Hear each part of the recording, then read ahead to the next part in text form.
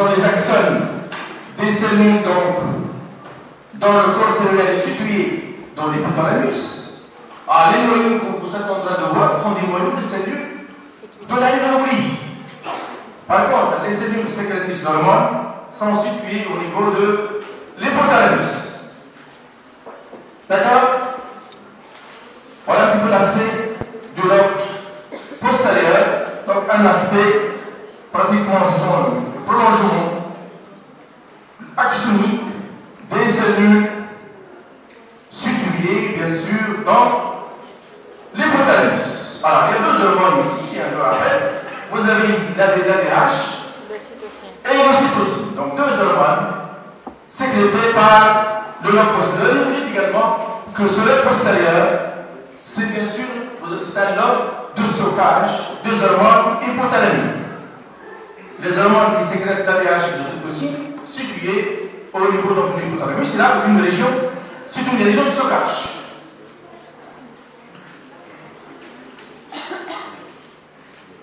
Pareil ici, je ne parle pas d'insister là-dessus, c'est toujours le lobe intermédiaire avec les follicules et les potents cellulaires.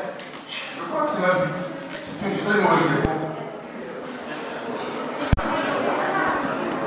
Je passe maintenant à la deuxième glande.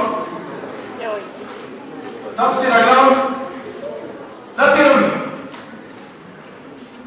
La thyroïde, dans vous avez une coupe transversale au niveau donc de la thyroïde qui montre donc deux lobes.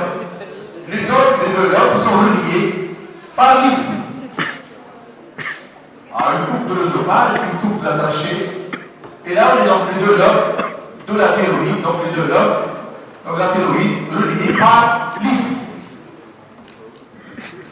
Alors voilà donc la structure histologique. Structure donc histologique de parenchyme. Alors là vous avez donc le parenchyme est formé essentiellement par des follicules thyroïdiens. Donc des follicules donc thyroïdiens.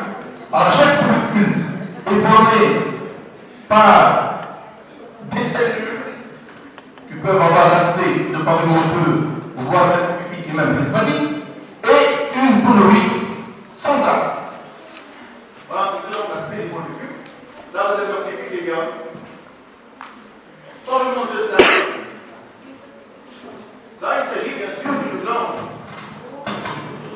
de la glande donc thyroïde au repos. La glande donc thyroïde au repos montre, si vous voulez, donc des follicules avec un épithélium pavémenteux simple et une choroïde abondante. Voilà tout ce que vous avez à dire sur cette gueule, si jamais vous l'avez. D'accord? Alors vous dites que les follicules sont séparés par un conjonctif très vascularisé. Si jamais on vous pose la question pourquoi il est vascularisé, c'est normal que le parenchyme des glandes endocrines, d'une façon générale, c'est un parenchyme très vascularisé puisque le produit de sécrétion passe directement dans le sang.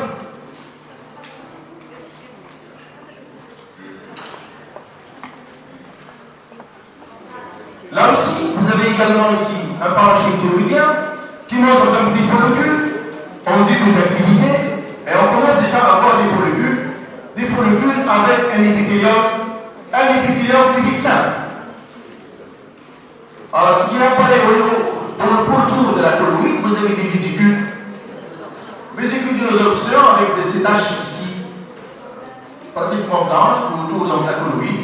Là, donc, c'est un début d'activité et l'épithélium qui va devenir un épithélium qui va devenir donc cubique.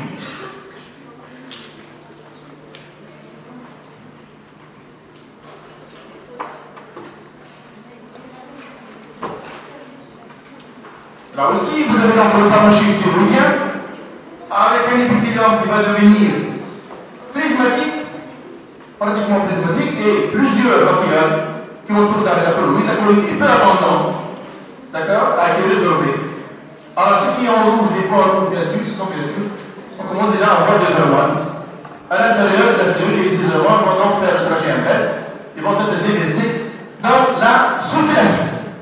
Donc, c'est un parenchyme thyroïdien en activité, c'est tout ce qu'on vous demande. Alors, vous justifiez, vous dites que l'épithélium est prismatique simple, des vésicules de résolution qui sont très nombreuses, et on commence déjà à avoir donc le rôle du cytoplasme de la cellule.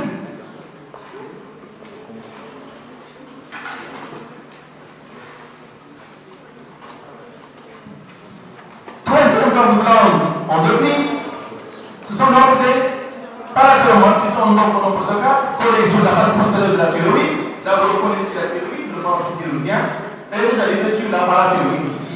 Vous avez ici donc la parathyroïde, entourée donc par une capsule conjonctive. Cette capsule conjonctive, on voit de temps en temps des travées conjonctives qui subdivisent le parenchyme, si vous voulez ici, donc plusieurs loges. Alors, voyons maintenant le détail du parenchyme. Ah, donc le détail ici, vous avez d'un côté, vous avez bien sûr donc le parenchyme thyroïdien. La capsule conjonctive, elle est là. Et donc, voilà donc le parenchyme parathyroïdien. Alors, on peut faire un fort grossissement de ce rectangle.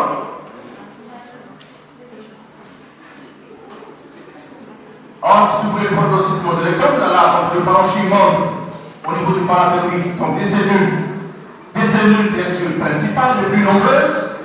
Cellules donc principales les plus nombreuses, et de temps en temps, vous avez des cellules oxyphiles. Des cellules donc oxyphiles avec un cytoplasme, bien sûr, acidophile. Sinon, vous avez ici plusieurs cellules principales, bien sûr, normales, que vous connaissez, c'est la parathormone. Parathormone, donc impliquée dans le métabolisme du calcium. Toujours ici le parenchyme parathyroïdien avec les cellules principales les plus nombreuses, et vous avez ici un groupe de cellules oxyphiles. Les cellules oxyphiles, avec un cytoplasme acidophile, et tout ce qui est autour ici, ce sont les cellules principales qui sont responsables de la sécrétion de la parathormone. Alors, certainement, vous avez reconnu ce parenchyme, il s'agit d'une coupe au niveau de la glande surrénale. Donc, la glande surrénale, c'est un organe encapsulé, capsule conjonctive.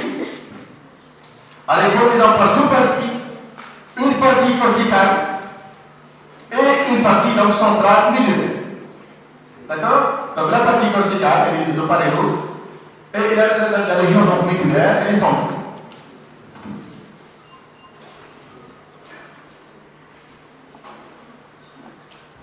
Là, vous avez donc la capsule conjonctive, très riche en fibres, donc de collagène.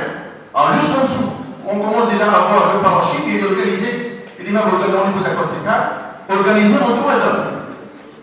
D'abord, vous avez la zone glomérulée, on a l'aspect des glomérules. D'accord? Zone donc glomérulée, bien sûr, vous avez des cordons cellulaires arcipoles, sous forme d'arc. Tout ça, donc, c'est la zone glomérulée. Après, donc, vient dans la zone fasciculaire.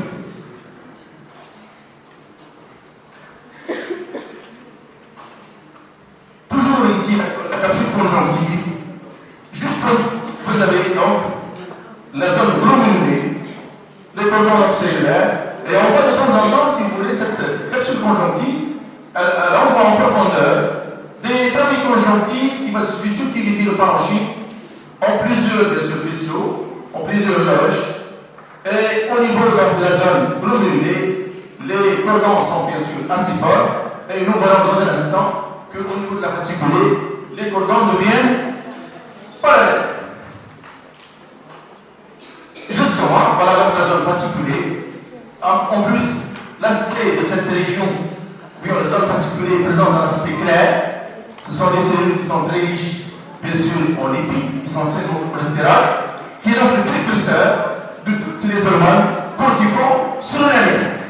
Voilà donc la zone fasciculée. Alors on assiste, si vous voulez, des cordons parallèles. Par exemple, les cordons parallèles, vous voyez ici.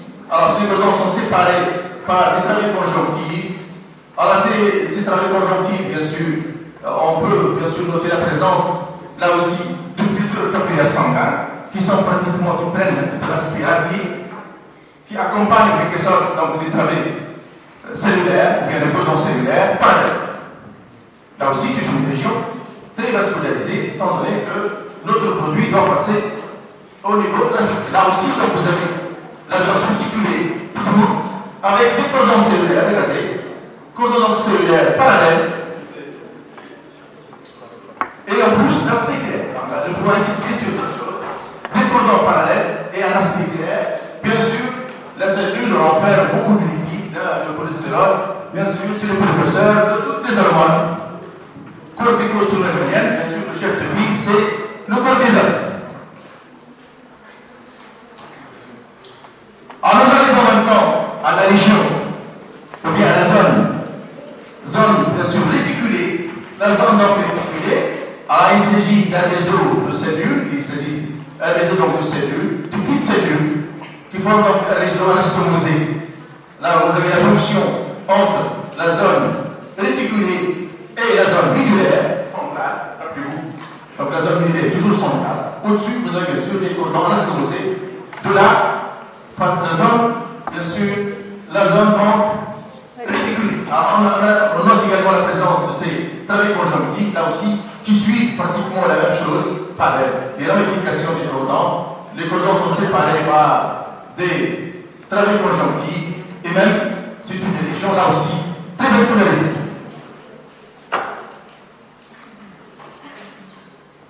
On va essayer de contraster d'une cellule ou d'une autre électrique, là c'est pas la même. Bon, c'est juste pour vous montrer que de ce côté-là, vous avez bien sûr ici dans cette cellule, avec des vésicules de sécrétion, c'est donc très actives, sécrétrices, bien sûr.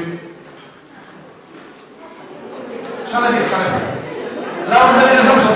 Je vais l'enlever cette diapo, elle a été glissée parmi les. Vous ne l'avez pas, ça. Vous ne l'aurez pas.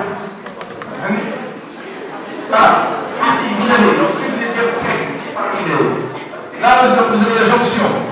La jonction entre la zone réticulée et la zone médulaire, qui est centrée par la veine centromédulaire, là aussi, regardez. D'accord. La jonction est bien nette entre les deux régions. Là, c'est la fin.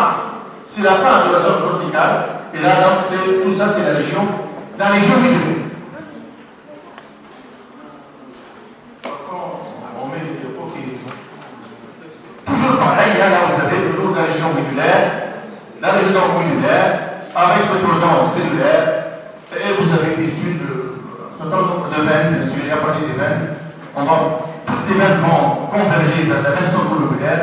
Et toutes les hormones, que ce soit hormones de la zone corticale ou de la zone médulaire, ces hormones seront déversées dans la veine centrolobulaire et la sortie de toutes les hormones vont accompagner la veine sortante à partir du vide, donc au niveau de la veine centrolobulaire.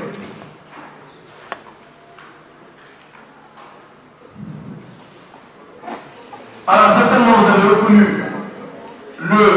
l'îlot de l'ogérance au niveau du pancréas endocrine.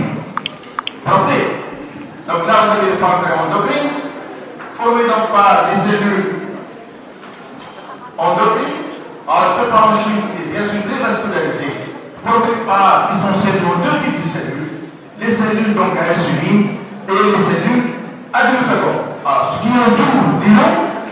entoure l'îlot, bien sûr, ce sont les acines, bien sûr, pancréatiques, qui font partie de la fonction exocrine du pancréas. Alors, c'est une diapo ici qui confirme en quelque sorte que l'îlot de l'endurance, c'est un îlot qui est bien sûr très vascularisé. C'est tout à fait normal, s'agissant d'un parenchyme endocrine. D'accord? Donc, vous avez ramification à l'intérieur, réseau capillaire dense, et bien sûr, toutes les hormones seront déversées à l'intérieur de ce capillaire. C'est tout à fait normal que ces îlots sont très vascularisés. Ah, bien sûr, autour, vous avez bien sûr les acines séreux pancréatiques.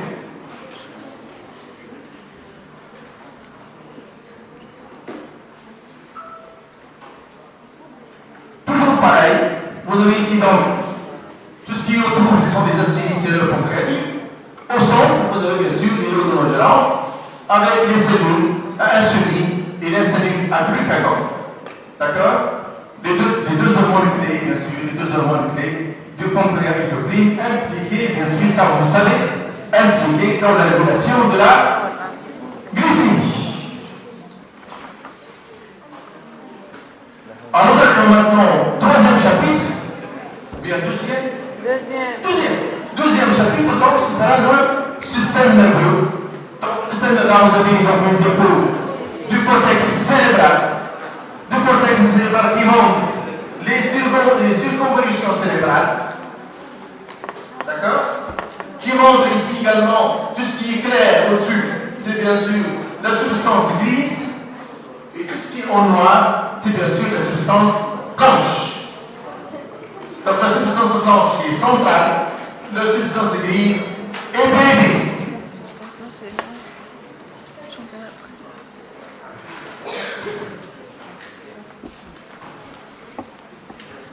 Alors vous avez bien sûr reconnu, il s'agit d'une cellule pyramidale, une cellule donc pyramidale du cortex cérébral. Donc elle donne des ramifications basilaires, ici le dendrite basilaire. Là vous avez le dendrite principal avec des ramifications. Et là vous avez bien sûr le début, ou bien le départ, un petit bout d'axone. Généralement il n'est pas dans le même plan que le dendrite principal.